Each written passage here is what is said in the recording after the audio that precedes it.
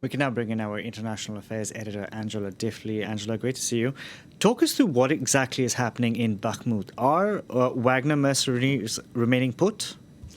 It looks as though they are for now. Just to recap for our viewers, so on Friday we had this what can only be described as a rant from Yevgeny Prigozhin, who runs Wagner, which is this militia, this mercenary outfit. He said, we are not getting enough ammunition, we are not getting enough weapons. He made a video surrounded by corpses of what he said were his own men, and he said, we're leaving unless we're supplied. He has now said that he is getting supplies and he will stay put. That hasn't been denied by Moscow, so we can assume that perhaps that is the case and that he will stay put. He has spent a lot of his time very publicly criticising the Minister of Defense in Moscow and criticising key generals in the Russian army and exposing what appears to be a big rift between the army and Wagner conducting this campaign. Some people say that it is to Putin's advantage because the two of them spur each other on and he can stay above the fray. What is clear is that this war in Ukraine does not seem to be well suited to a militia, a mercenary group like Wagner. Wagner is a business, and Yevgeny Prigozhin wants to make money. He is not an ideologically driven fighter.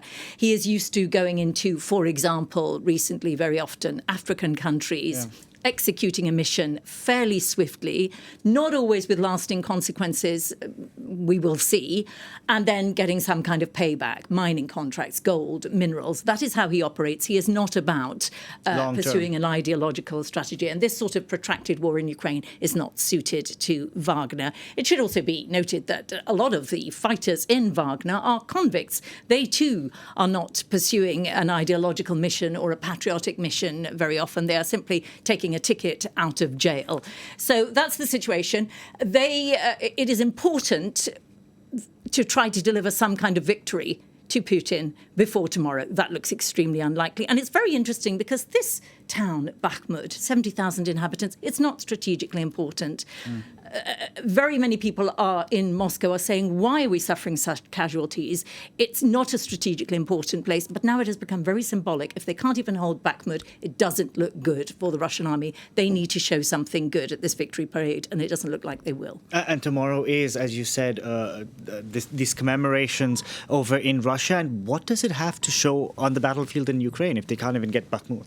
Well, if you cast your mind back a year ago, the victory parade in May last year, it was said that very many soldiers who headed off to fight the war in Ukraine, Russian soldiers, took their dress uniforms with them, expecting to be on parade celebrating a victory last year. Look how it's turned out. So, yes, it is uncomfortable for Moscow. The parades have been scaled back, partly for security reasons, we can assume, partly because it will expose how much hardware has been lost.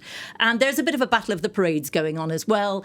In Ukraine, they are now celebrating Victory Europe Day today, separating themselves from Russia. Russia celebrates it on the 9th and talks about how Ukraine is a denazifying operation, much as the Second World War was, of course, utterly rejected otherwise. Angela, thank you very much for that. Angela Diffley there.